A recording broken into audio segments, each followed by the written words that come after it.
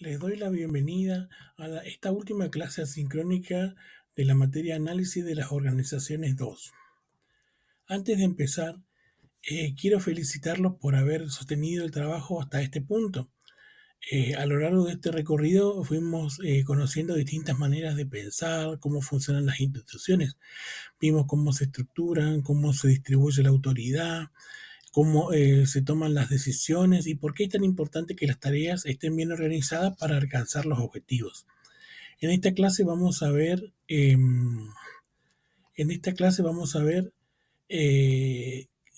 vamos a cerrar el eje mirando con más detalle, bueno, los principios, las funciones y los roles que sostienen en la vida institucional. Vamos a tratar de entender qué hace una organización que funcione bien, más allá de los organigramas o de las normas. También vamos a hablar un poco de cultura y valores institucionales, es decir, de esos aspectos más humanos que hacen que ver la forma de comunicarse, ¿no? De liderar y de trabajar en equipo que tienen las instituciones.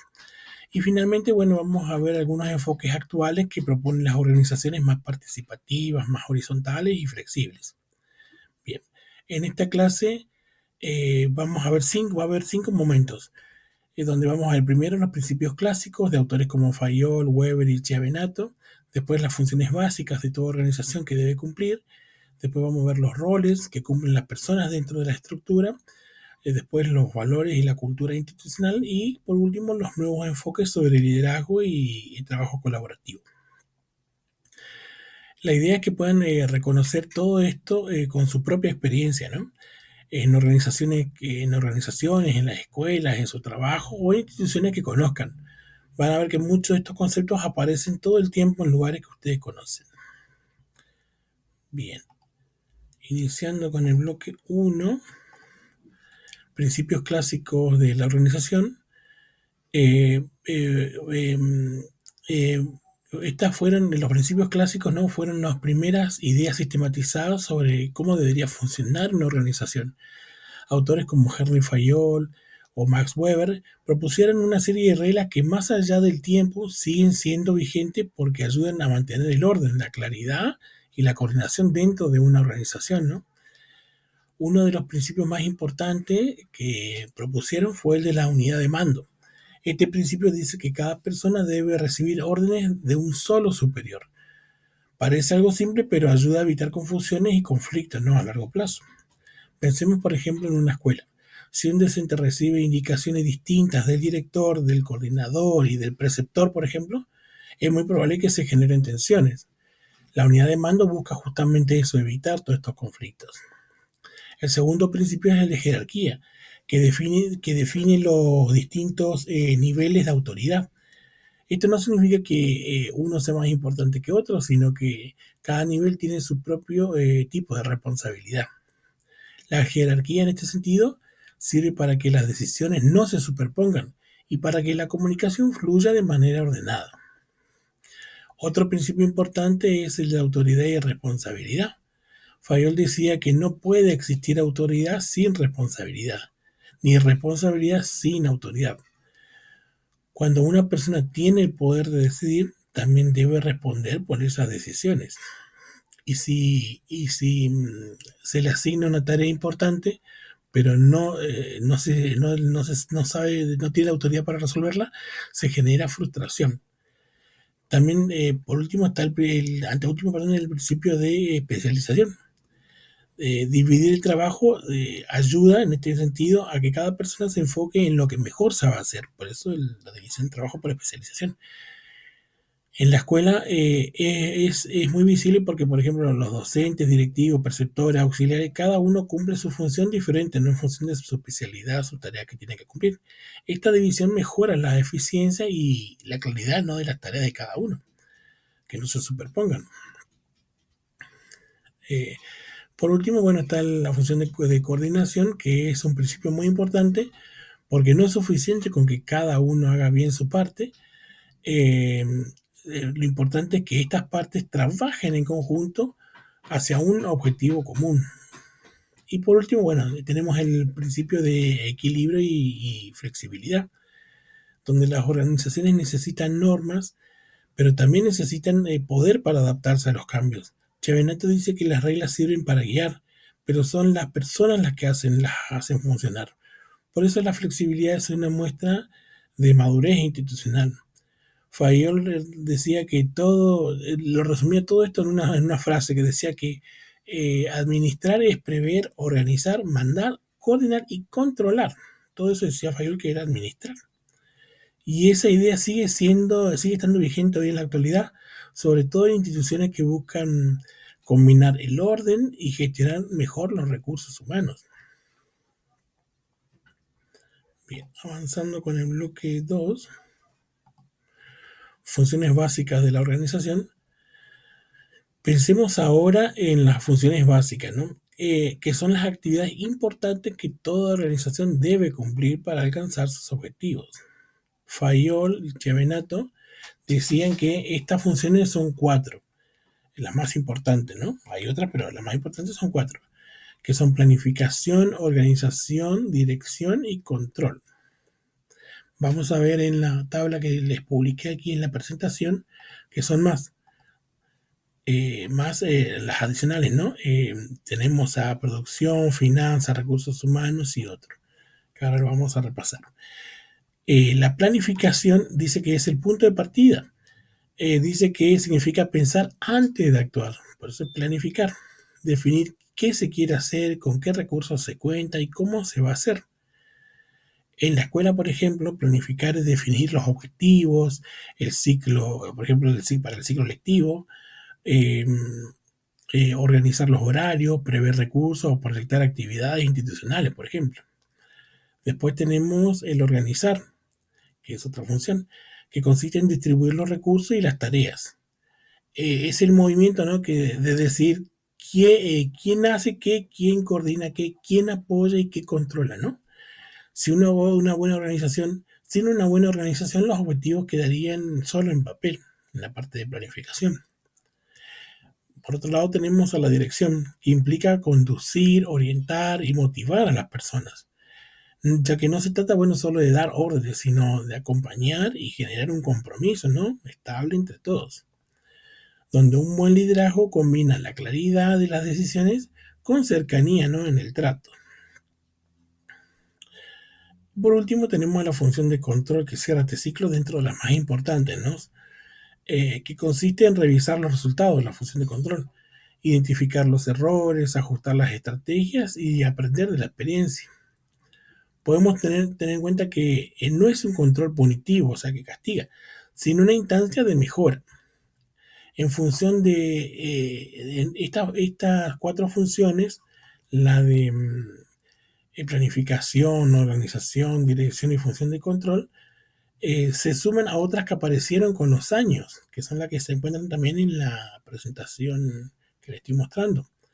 Las que se sumaron fueron la de producción, la de finanzas, la de recursos humanos y la de comunicación. La de producción es entendida como la concreción de los resultados institucionales. Por ejemplo, en la escuela, el garantizar el tema de los aprendizajes. Otra función que aparece con los años fue la de finanzas, que implican administrar los recursos disponibles. Otra función que apareció fue el de recursos humanos, que está centrada en acompañar y capacitar al personal. Y el último que apareció fue el de la comunicación, que es el hilo que conecta todas las otras funciones de las funciones básicas de la organización, ¿no? Chevenato dice que estas funciones no pasan una después de otra, sino que están constantemente en interacción una con otra. Mientras se planifica, se organiza. Mientras se dirige, también se evalúa. Y todo esto por el hilo de la comunicación. Si piensan, por ejemplo, en la escuela, que es el ejemplo que venimos dando, vamos a reconocer todas estas funciones todos los días. Por ejemplo, cuando se diseña un proyecto, cuando se distribuyen las tareas, cuando se acompaña a un equipo o cuando se revisan inclusive los resultados del final del trimestre, cuatrimestre, ¿no? Se puede apreciar estas funciones en las escuelas. Bien, pasemos a la siguiente diapositiva. Roles en la organización. El tercer bloque, que es roles en la organización, trata sobre los roles que cumplen las personas dentro de la organización. El autor, por ejemplo, Henry Mintzberg, Observó que los directivos y líderes no solo cumplen funciones técnicas, sino también que desempeñan distintos roles según la situación. Él identificó tres grandes grupos: los interpersonales, los informativos y los decisionales. Los roles interpersonales tienen que ver con la relación con otras personas. Incluyen representar a la institución, liderar equipos y servir de enlace entre los diferentes sectores. Por ejemplo, un director que participa en un acto oficial está cumpliendo el rol de representación, porque es un rol que pueden cumplir, ¿no? Recuerda, tenemos los roles interpersonales, pueden cumplir un rol, por ejemplo, de representación. Bien. Después tenemos los roles informativos, que implica recibir, procesar y transmitir información, un rol informativo. La secretaría o jefa de preceptores, por ejemplo, comunican decisiones circulares o informes entre los distintos niveles. Este es un ejemplo de un rol informativo. Tenemos también el rol decisional, que se relaciona con la toma de decisiones, resolver conflictos, asignar o iniciar proyectos. En este sentido, Mixberg plantea que el trabajo directivo es dinámico, porque una misma persona puede pasar por los tres tipos de roles en un solo día, en una sola instancia. Chevenato complementa esta mirada diciendo que los roles no solo dependen del cargo, sino también de la confianza, la experiencia y la capacidad de comunicación de las personas, ¿no?, que está a cargo de esa función. Dice que en toda organización hay figuras que, sin tener el título jerárquico, ejercen liderazgo por su compromiso o por su conocimiento, por su especialidad. Eso también es una parte de la estructura, aunque no está en el organigrama. Es importante, bueno, que se reconozcan estos roles, que reconozcamos estos roles, porque nos ayudan a entender cómo se construyen las relaciones, cómo circula la información y cómo se toman las decisiones dentro de la institución. Por eso es importante. Bien, seguimos con la siguiente diapositiva. Este es el cultura y valores institucionales, el cuarto bloque, que es un aspecto más humano de la organización, ¿no?, que tiene que ver con un aspecto más humano. Eggers plantea que la cultura organizacional refleja el modo en que se trabaja, se comunica y cómo se vive en la institución. Es decir, no solo trata de lo que hace, sino cómo se hace. La cultura se ve en los hábitos, en las actitudes, en la forma de resolver los problemas, en la confianza y en la manera de tomar las decisiones. Dos escuelas que pueden tener la misma estructura formal, por ejemplo, dos escuelas pueden tener la misma estructura formal, pero funcionar de manera totalmente distinta. En una, por ejemplo, puede haber diálogo, trabajo en equipo y escucha activa, y en otra predomina, por ejemplo, el individualismo o la comunicación de manera limitada. Por eso decimos que la estructura es el cuerpo de la organización, pero la cultura es el alma. La cultura, hay que tener en cuenta que está basada en la confianza, el respeto y la colaboración, que fortalece el clima institucional y la mejora institucional. En cambio, cuando existe mayor desconfianza o la falta de comunicación, las decisiones se traban y el trabajo se vuelve un poco más difícil. Si queremos que una organización sea participativa, necesitamos también que una cultura valore la participación, ¿no?, que escuche y que represente, que respete los tiempos de las personas. Si no, no se puede tener una buena cultura, y por ello una buena organización se deslinda de eso, ¿no? Bien, ahora avancemos con el último bloque, el bloque 5 de esta última clase,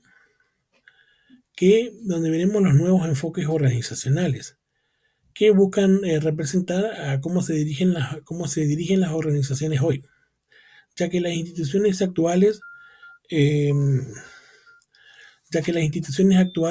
enfrentan, como decía, ya que las instituciones actuales, bueno, enfrentan contextos cambiantes, por lo que ya no alcanza con estructuras rígidas y jerarquías cerradas, ¿no? Se necesitan buenos equipos colaborativos, equipos de liderazgo participativo y estructuras más flexibles, como lo veníamos viendo en los bloques anteriores. Se necesita, por ejemplo, un trabajo colaborativo porque promueve las decisiones y los proyectos se construyen entre todos, integrando diferentes miradas. El liderazgo participativo, por ejemplo, busca que la autoridad no se imponga, sino que se gane a través del respeto y la coherencia y la escucha. Y las estructuras flexibles ayudan, por ejemplo, a adaptarse a las nuevas realidades, reorganizando funciones sin perder el sentido institucional. Por ejemplo, en el video que vimos al principio en la propuesta de inicio, el video este de liderazgo que inspira de Marisa Lazo, vimos que plantea que liderar no es solo, no es tener poder sobre los demás, sino inspirar y acompañar. Inspirar y acompañar. En este tipo de liderazgo se fortalece la confianza y el compromiso y genera un ambiente donde las personas se sientan valoradas. Chiavenato dice que la autoridad compartida no se debilita, sino que se multiplica en estos casos. Y esa frase sintetiza muy bien la tendencia actual de las organizaciones, ya que éstas pueden combinar este orden de partes con la participación, este orden con la participación, porque son las que mejor responden a los problemas que aparecen hoy, ¿no? En los contextos cambiantes de hoy. Bien, por último, para cerrar, vamos a repasar brevemente lo que vimos en esta clase, que es la última de cierre y finalización, ¿no? Bien, vimos que toda organización se apoya en principios que le dan estructura, en funciones que le permiten operar y en roles que las personas desempeñan según su posición y en una cultura que refleja los valores compartidos, ¿no? Y aprendimos que más allá de las jerarquías, lo que realmente sostiene a una institución es la forma en que sus integrantes se relacionan y trabajan juntos. Bien, al finalizar este video los invito a compartir sus experiencias en función de una pregunta disparadora que deberán responder en el foro. Una vez que respondan la consigna en el foro, comenten la de uno de sus compañeros. Esta consigna cierra la semana que viene, el día viernes. El viernes 14 a las 23:59. También les propongo como cierre final de contenidos de este eje un cuestionario de evaluación que va a estar disponible en la plataforma hasta el domingo 16 de este mes de noviembre, hasta las 23:59 horas. Recuerden que cada pregunta tiene un examen de múltiples opciones y cada pregunta tiene una respuesta correcta. La respuesta incorrecta no tiene penalización, o sea, no se descuenta puntos por la respuesta incorrecta. Bien, quiero agradecerles por el compromiso y la participación durante esta clase que tuvimos y les deseo muchos éxitos en la evaluación y en todo lo que emprendan para su futuro. Nos vemos hasta la próxima.